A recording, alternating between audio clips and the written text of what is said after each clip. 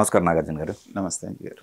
శ్వేతపత్రాలు 1 by 1 చెప్పుకుంటున్న టైంలో ఈ సూపర్ 6 ప్రస్తావన వచ్చినప్పుడు చంద్రబాబు నాయుడు గారు ఒక మాట అన్నారు. ఇవి జరుగుతాయో జరగవో సూపర్ 6 సంబంధించి, అంటే అంత డ్యామేజ్ జరిగింది, అసలు అవి పూరించుకోవడానికే టైం పట్టుద్ది, ఎన్నేళ్ళు పట్టుద్దో తెలియదు. మరి ఎట్లా ఇవి ముందున్న సవాళ్ళని ఎలా ఎదిరించగలుగుతారు, ఎలా సాధ్యపడుద్ది అంటారు? అంజీ గారు, మనకి తెలియకుండానే రాజకీయ నాయకులందరూ, రాజకీయ పార్టీలన్నీ కూడా ఒక రకమైనటువంటి విష సర్కిల్లోకి తోసివేయబడ్డాయి. ఈ మాట నేను ఎందుకు అంటున్నానంటే, గతం నుంచి వద్దాం. దీనికి ఆద్యుడు రాజశేఖర రెడ్డి గారు అని చెప్పొచ్చు.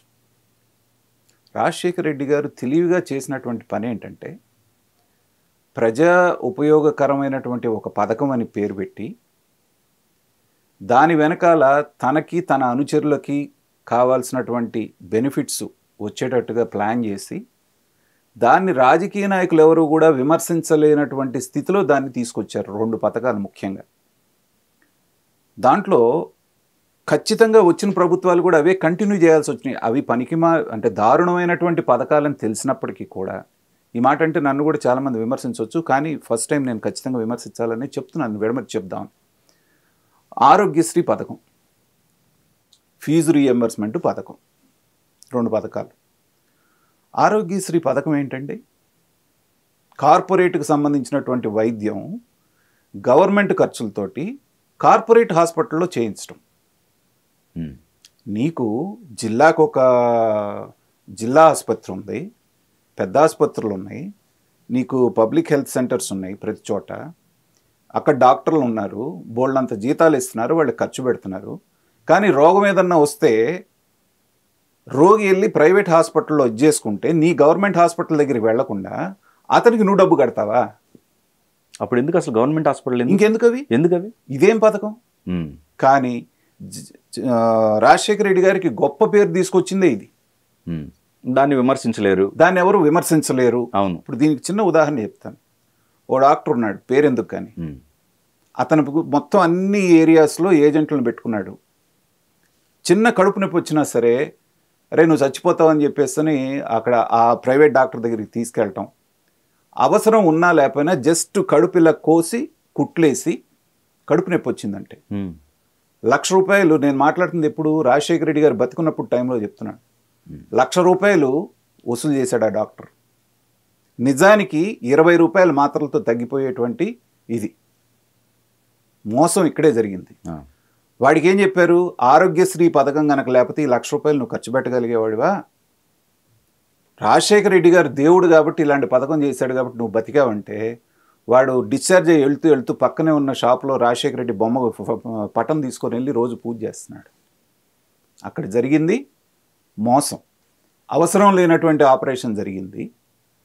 తర్వాత at the same time Rajasekhara Reddy దేవుడయ్యాడు. అలాగే ఫీజు రీఎంబర్స్మెంట్ పథకం. ఏమండి, పిల్లల్ని కన్న తర్వాత పిల్లల్ని చదివించుకోవాల్సినటువంటి బాధ్యత ఆ తల్లిదండ్రులది. కూలే చేస్తావా, నాలే చేస్తావా, నీ స్థాయికి తగ్గట్టుగా ప్రతి చోట గ్రామాన జిల్లా పరిషత్ స్కూల్స్ ఉన్నాయి, మిగతా ఉన్నాయి, అన్నీ ఉన్నాయి, కాలేజెస్ ఉన్నాయి, మీ ఇంజనీరింగ్ కాలేజెస్ ఉన్నాయి, డిగ్రీ కాలేజెస్ ఉన్నాయి, ఇన్ని ఉన్నాయి. అక్కడ లెక్చరర్లు వాళ్ళకి ₹1,000 కోట్ల జీతాలు ఇస్తున్నారు. కానీ వీడెళ్ళి ప్రైవేట్ ఇన్స్టిట్యూషన్లో చదువుకుంటే ఫీజు మనం కడతాం. ఏంటండి ఇది? ఈ పక్కనేమో గవర్నమెంట్ హాస్పిటల్లో మందులు ఉండవు, సిరంజీలు ఉండవు, కనీసం ఇది అడిగి మాస్కులు లేనందుకే కదా సుధాకర్ని కొట్టి పిచ్చోడని ముద్రేసి చంపేశారు. జయప్రకాష్ నారాయణ గారు లాంటి మేధావులు ఏ రోజో చెప్పారు ఏమని? మీరు ఖర్చు పెట్టే ఆరోగ్యశ్రీ డబ్బుల్లో ప్రతి జిల్లా ఆసుపత్రిని సూపర్ స్పెషాలిటీ హాస్పిటల్ చేయండి. మొత్తం కూడా అవసరం లేదు, 5% ఖర్చు పెట్టినా చాలు. అంతే కదా, అంతే చేసేసి కడుపు దగ్గర కాలు నొప్పి దగ్గర నుంచి గుండె ఆపరేషన్ దాకా మొత్తం మీరు అక్కడ ఫ్రీగా చేయండి. ఫ్రీ, అంతే. ఇలా కాకుండా అప్పుడు ప్రైవేట్ దందా క్లోజ్ అయిపోయింది. సో ప్రైవేట్ హాస్పిటల్ని అన్నెసరీగా ట్రీట్మెంట్ ఇప్పించి, ఇప్పుడు మనం కూడా ఏదైనా హాస్పిటల్కి వెళ్ళాం అనుకోండి, వాళ్ళు ఏమడుగుతారు? మీకు డబ్బు కడతారా లేకపోతే ఇన్సూరెన్స్ ఉందా అంటారు. ఇన్సూరెన్స్ ఉందంటే అవసరం లేని టెస్టులు గిస్టులు మొత్తం రాసేసి ₹1,00,000 బిల్ని వాడు 4 లక్షలు చేస్తాడు. అదే మేము కడతామంటే కాస్త చూసి చూడకుండా వేస్తారు. అంటే అనవసరమైనటువంటి ట్రీట్మెంట్ జరుగుతున్నట్టే కదా అక్కడ. ఎగ్జాక్ట్లీ. విద్యా వ్యవస్థలో కూడా ఫీజు రీఎంబర్స్మెంట్ అయితే ఒకడు మా పాప పెళ్ళికి కళ్యాణ మండపం డెకరేషన్ చేయడానికి వచ్చాడు, ఒక కుర్రాడు, వాడు అంత 30 ఏళ్ళు ఉంటాయి. అయిపోయిన తర్వాత ఒక రోజు వచ్చి, సార్ నాకు ఏదైనా జాబ్ ఉంటే ఇవ్వండి సార్, ఇదేం వర్కౌట్ కావట్లేదు అన్నాడు. ఏంట్రా నీ క్వాలిఫికేషన్ అన్నాను. నాకు బీటెక్ సర్టిఫికెట్ ఉంది సార్ అన్నాడు. నాకు అర్థం కాల, సర్టిఫికెట్ ఏంట్రా అన్నాను. వాడు కాసేపు తటపటాయించి 30,000 ఇచ్చి కొనుక్కున్నాను సార్ అన్నాడు. B Tech certificate. ఓకే. ఏంటంటే ఈ ఫీజు రియంబర్స్మెంట్ కాలేజీలు ఉన్నాయి చూసారా, ఇక్కడ పిల్లలు లేకపోయినా వాళ్ళు రాసుకొని వాళ్ళకి కావాల్సింది వాళ్ళు తెచ్చేసుకుంటారు. వీడెల్లో ఎప్పుడెళ్ళి కనిపిస్తే సరిపోతుంది, అయిన తర్వాత ఇలా అమ్ముకోవటం. Okay okay.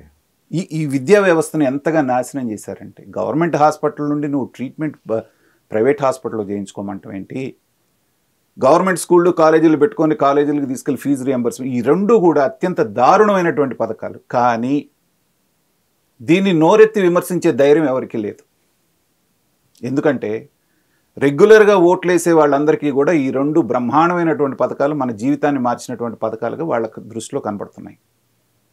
కాబట్టి తర్వాత వచ్చిన అన్ని ప్రభుత్వాలు కూడా అన్ని చోట్ల దాన్ని ఇంప్లిమెంట్ చేయాల్సి వచ్చింది. దండగ మారి పథకాలు ఈ రెండు. నిజంగా పేదవాడికి మంచి వైద్యం అందించండి. ఎలా? మీరున్నటువంటి హాస్పిటల్ని మీరు వాటిని పటిష్టం చేయండి, అన్ని రకాల సూపర్ స్పెషాలిటీస్ పెట్టండి. దానికంటే 4 రెట్లు ఎక్కువ ఇస్తున్నారు కదా మీరు. ఇది అదే రాజశేఖర రెడ్డి కొడుకైనటువంటి జగన్మోహన్ రెడ్డి గారు డెవలప్మెంట్ మాడ్యూల్ని ఫాలో అయ్యేటువంటి చంద్రబాబు నాయుడు గారిని ఎదుర్కోవాలి అంటే అతనికి బాగా స్టడీ చేసి ప్రశాంత్ కిషోర్ లాంటి వాళ్ళు ఉన్నారు కదా, మేధావులు, వీళ్ళందరూ మీకు ఎప్పుడు ఓట్లేరండి. ఎవరైతే మీరు పథకాలని చెప్పి గుప్పిచ్చేస్తామో ఆ 40% సెక్షను మన పక్కకు వచ్చేస్తే ఆటోమేటిక్గా గెలిచిపోతారనేటువంటిది ఆయన ఇచ్చినటువంటి ఫార్ములా. దానికి తగ్గట్టుగా కులాలు, మతాలు, అన్ని రకాలటువంటి విద్వేషాలు కల్పించాడు. అది చంద్రబాబు నాయుడు గారి మీద కాస్త గుస్తో వ్యతిరేకుతున్న వాళ్ళు కూడా కలిసి రావడంతో ఏంటంటే 50% దాంతో ఆయన వచ్చేసాడు. వచ్చేసిన తర్వాత చంద్రబాబు నాయుడు గారు ఇంత అనుభవం ఉన్నవాడు కూడా ఆయనకంటే ఎక్కువ పథకాలు నేను ఇస్తే కానీ అధికారంలోకి రాలేనేమో అనేటువంటి ఒక రకమైనటువంటి భ్రమలో సూపర్ 6 అని ప్రకటించారు. నిజంగా ఇవాళ జగన్మోహన్ రెడ్డి గారు ఇచ్చేదానికంటే కనీసం 2 రెట్లు ఎక్కువ ఇవ్వాలి ఆయన. మరి వచ్చేటప్పటికి ఆర్థిక పరిస్థితి తెలుసు కదా ఆయనకి. తెలిసినప్పటికీ ఏంటంటే కంపల్షన్, ఈసారి అధికారంలోకి రాకపోతే పార్టీ ఉండదు, పార్టీ మనుగడ ఉండదు.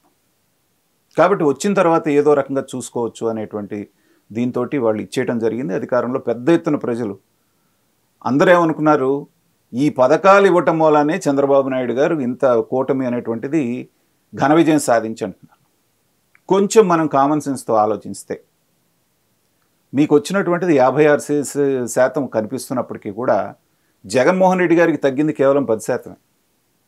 పవన్ కళ్యాణ్ గారు బీజేపీ వచ్చి మీతో యాడ్ అయింది కాబట్టి ఆ 6%, 7% అనేటువంటిది అదనంగా వచ్చింది. జగన్మోహన్ రెడ్డి గారి దగ్గర నుంచి ట్రాన్స్ఫర్ అయింది కేవలం 10%.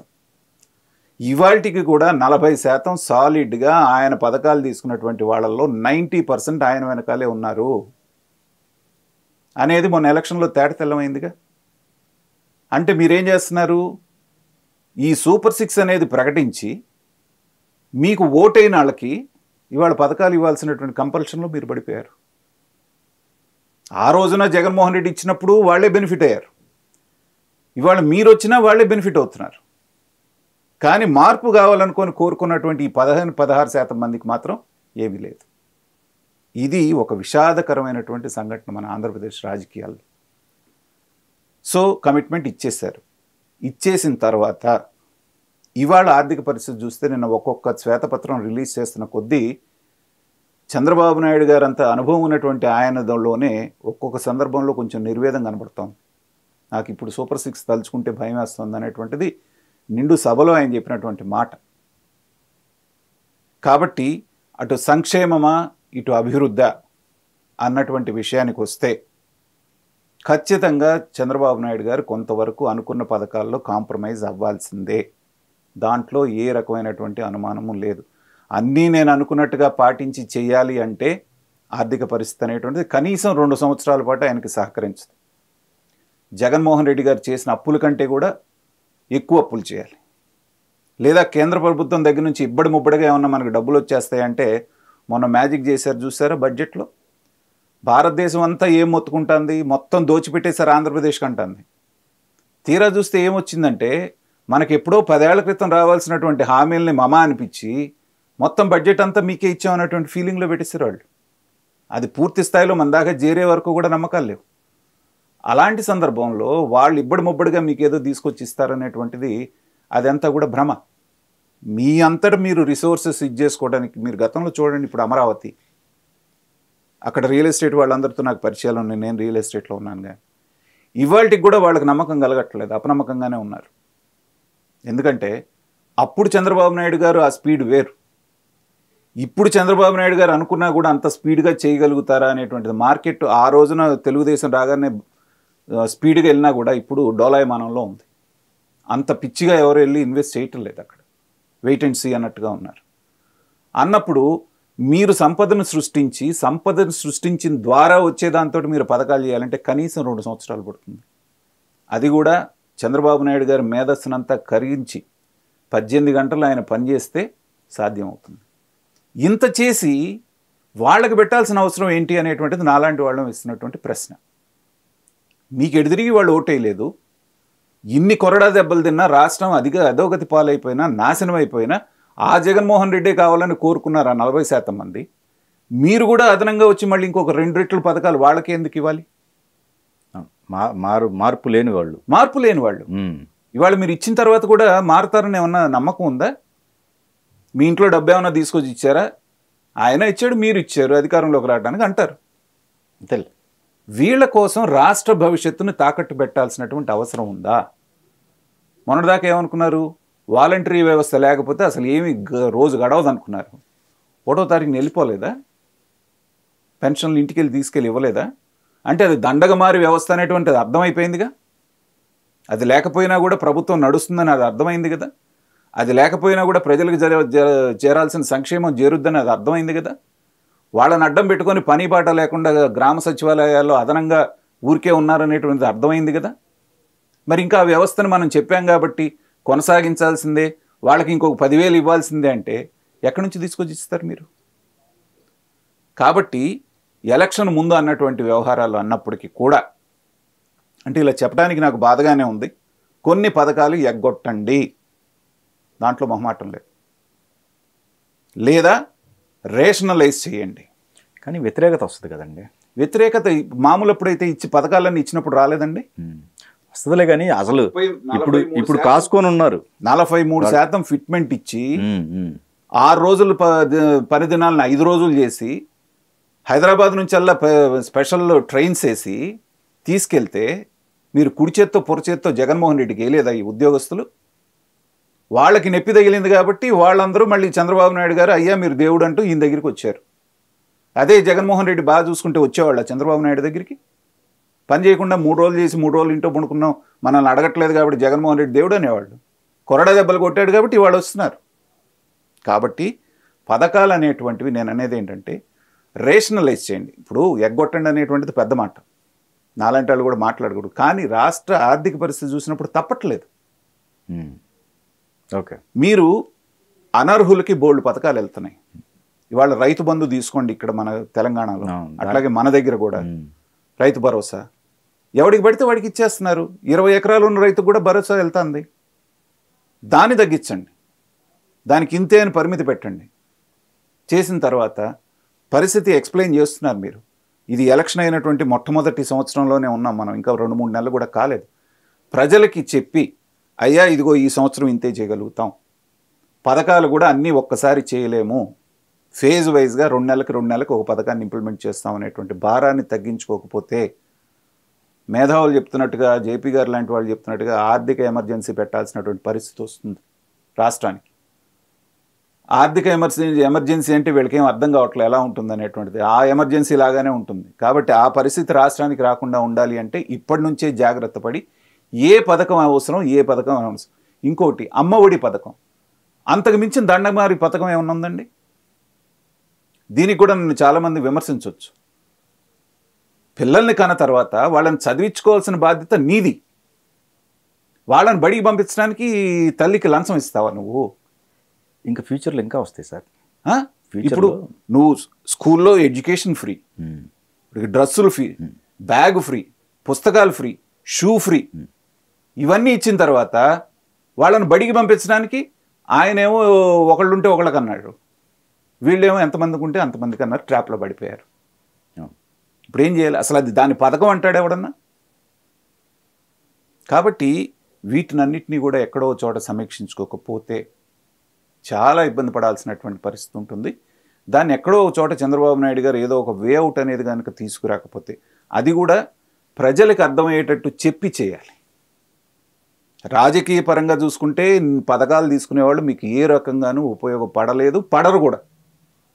మిమ్మల్ని నమ్ముకున్నటువంటి న్యూట్రల్ ఓటర్సు, ప్రగతి కావాలనుకున్నటువంటి వాళ్ళని మీరు న్యాయం చేయాలి అంటే వీళ్ళ దగ్గర మీరు కాంప్రమైజ్ కాకపోతే ఈ 16% మీరు న్యాయం చేయలేరు. ఇక్కడ ఈ గవర్నమెంట్ తేల్చుకోవాలి.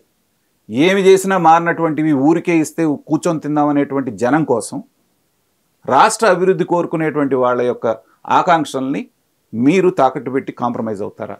సరే, ఒక చిన్న సార్, ఇప్పుడు ఊబిలోకి దిగారు, ఒక అతను స్టార్ట్ చేశారు, ఇంకొక అతను దానికన్నా ఎక్కువ అన్నారు, రేపు మళ్ళీ ఇంకొక దానికి మించి అంటారు, ఇంకొక అతను దానికి మించి అంటారు. పార్టీల పరంగా ఇలా చేసుకుంటూ వెళ్ళారు అనుకుందామండి. సో వీళ్ళకేంటి, రాజకీయ పరంగా నిలదొక్కుకోవడం కోసం, ఓకేనా? మరి గవర్నమెంట్ లేకపోతే అంతేగా పార్టీకి మనుగడ ఉండదు. సో వాళ్ళ పరంగా వాళ్ళు వెళ్ళిపోతా ఉన్నారండి. బట్ మిగిలిన వాళ్ళు సమాజంలో వీళ్ళు ఒక్కళ్ళేనా? అవునండి, వీళ్ళేనా తీసుకోవాల్సింది నిర్ణయాలు? వీళ్ళేనా ఇంకా తీసుకోవాల్సింది? అది కూడా ఎందుకు వచ్చిందంటేనండి, కాస్త ఆలోచన పరులందరూ కూడా ఇళ్లలో పడుకొని అదేండి, ఈ సమాజం పాడైపోతుందని కబుర్లు చెప్పి ఓటింగ్కి వెళ్లకుండా దూరంగా ఉంటే ఈ 40% మాత్రం సాలిడ్ గా వేస్తున్నారు. ఓటింగ్ వదిలిపెడదాం సార్, ఓటింగ్ కూడా అయిపోయింది అనుకుందామండి. తర్వాత అయినా సరే ప్రక్షాళన దిశగా వాళ్ళందరూ ఎవరైతే ఉన్నారో, అవునండి, టీచర్స్ కావచ్చు అండి, ప్రతి ఒక్కళ్ళు అండి, ఉద్యోగం చేసే వాళ్ళు కావచ్చు, ఎంప్లాయీస్ కావచ్చు, ఎవ్రీ పర్సన్ రెస్పాన్సిబిలిటీ కదండి. ఐఏఎస్ ఆఫీసర్స్, ఐపీఎస్ ఆఫీసర్స్ కావచ్చు, డాక్టర్స్ కావచ్చు, ఎంతమంది ఉన్నారండి సమాజంలో? ప్రతి వాళ్ళు గళమెత్తాల్సినటువంటి టైం అండి. వీళ్ళకి తీసుకెళ్లి పెడుతున్న డబ్బు ఎవరిది? మీ దగ్గర నుంచి ముక్కు బిండి వసూలు చేసి మీ డబ్బు తీసుకెళ్లి వాళ్ళకి కడుతున్నారు. ఇవాళ ఒక స్థాయి దాటిన తర్వాత 30% ట్యాక్స్ కట్టాల్సి వస్తుందండి. జీతం తీసుకునేవాడు సంపాదించిన దాంట్లో 30% వాళ్ళకి కడితే వీళ్ళకి ట్యాక్స్ అనేటువంటి మాట లేకుండా ఉచితాల రూపంలో తీసుకెళ్లి లక్షలాది రూపాయలు దోచిపెట్టడం అనేటువంటిది, ఇది సమాజంలో నుంచి ఆ ప్రశ్న రైజ్ అవ్వాలి. వాళ్ళు మాట్లాడాలి. మా డబ్బుని తీసుకెళ్లి మీరు వాళ్ళకి ఇవ్వటం ఏంటి అనేటువంటిది పౌర సమాజంలో వచ్చినప్పుడు మాత్రమే. ఎందుకంటే దీని మీద ఎవరు గళం ఎత్తట్లేదు.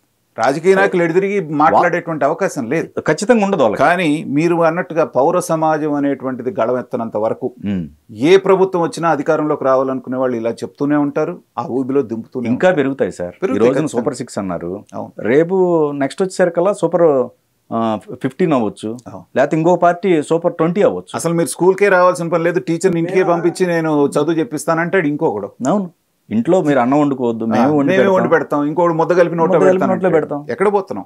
అంతే, అవి కూడా వస్తాయి. కాబట్టి ఇవాళ వరకు మీరు చూడండి, ఈ సమాజంలో నేను ఇప్పుడు చెప్పిన 2 పథకాలు అతి కొద్ది మంది మాత్రమే వాటిని విమర్శించడానికి సాహసం చేశారు. ఏది? ఆరోగ్యశ్రీ కానీ, ఫీజు రియంబర్స్మెంట్ కానీ. అంత దారుణమైనటువంటి పథకాలు ఇంకొకటి లేనే లేదనేటువంటిది నా అభిప్రాయం, నిశ్చిత అభిప్రాయం.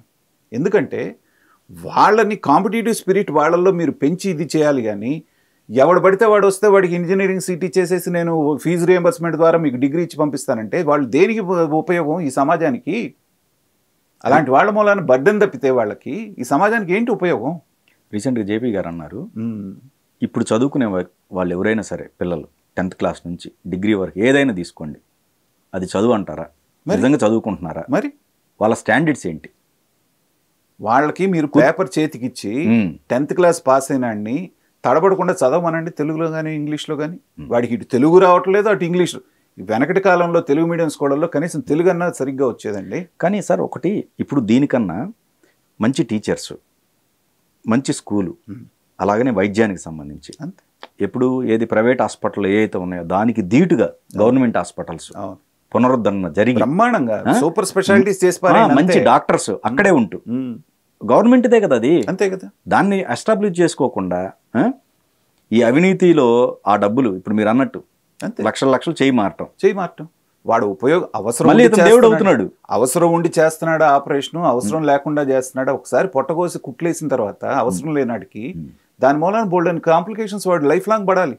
కరోనా పుణ్యమా అంటూ ఈగలు తోలుకునే డాక్టర్లు కూడా చాలా మంది గోతాల్లో వేసుకొని వెళ్ళారు డబ్బు అనేది కూడా నాకు తెలిసిన వాళ్ళే బోల్డ్ మంది ఉన్నారండి. వాళ్ళు ఈ హాస్పిటల్ ఉంచాలా మూసేయాలన్నటువంటి స్టేజ్ నుంచి గోతాలు కట్టుకొని వారం వారం తీసుకెళ్ళినటువంటి డాక్టర్లు నాకు తెలిసిన వాళ్ళు ఉన్నారు. కాబట్టి ఏంటంటే వ్యవస్థలో ఉన్నటువంటి ప్రజల్లో మార్పు రావాలి సార్. ఖచ్చితంగా ప్రజల్లో మనం ఎన్ని మాట్లాడుకున్నా ఎండ్ ఆఫ్ ద డే ఆ ప్రజల్లో పౌర సమాజంలో అవేర్నెస్ రానంత వరకు ఈ రాజకీయ క్రీడ అనేటువంటి సాగుతుంటుంది. కాస్తో కూస్తో నిజాయితీ ఉన్న వాళ్ళు కూడా దురదృష్టకరంగా దాంట్లోకి నెట్టివేయబడుతున్నారు. ఇప్పుడు చంద్రబాబు నాయుడు గారు ఆయన ఎప్పుడు కూడా మనకి రిఫార్మ్స్ అనేటువంటి వ్యక్తి కూడా, నేను పలు సందర్భాల్లో కూడా పలు మీటింగ్స్లో కూడా చెప్పాను, అలాంటి వ్యక్తిని కూడా సక్సెస్ఫుల్గా జగన్మోహన్ రెడ్డి గారికి స్థాయికి తీసుకొచ్చేసినటువంటి ఆ గొప్పతనం అంతా కూడా మన పౌర సమాజందే. కాబట్టి దీనికి అందరినీ అభినందించాలి అనేటువంటిది నేను చాలా సందర్భాల్లో అన్నాను. మన కాళ్ళు మనమే నరుక్కుంటున్నాం. ఇప్పటికైనా కనుక కళ్ళు తెరవకపోతే ఏమవుతుందంటే ఇది ఈ రోగం అనేటువంటిది మొత్తం దేశం అంతా పాకే ప్రమాదం ఉంది. ఇప్పుడు కేవలం 2-3 సౌత్ స్టేట్స్ మాత్రమే పరిమితమైనటువంటి ఈ రోగం ఒక్కసారి భారతదేశం అంతా పాకింది అంటే ఆర్థిక వ్యవస్థ కుప్పగూలుతుంది.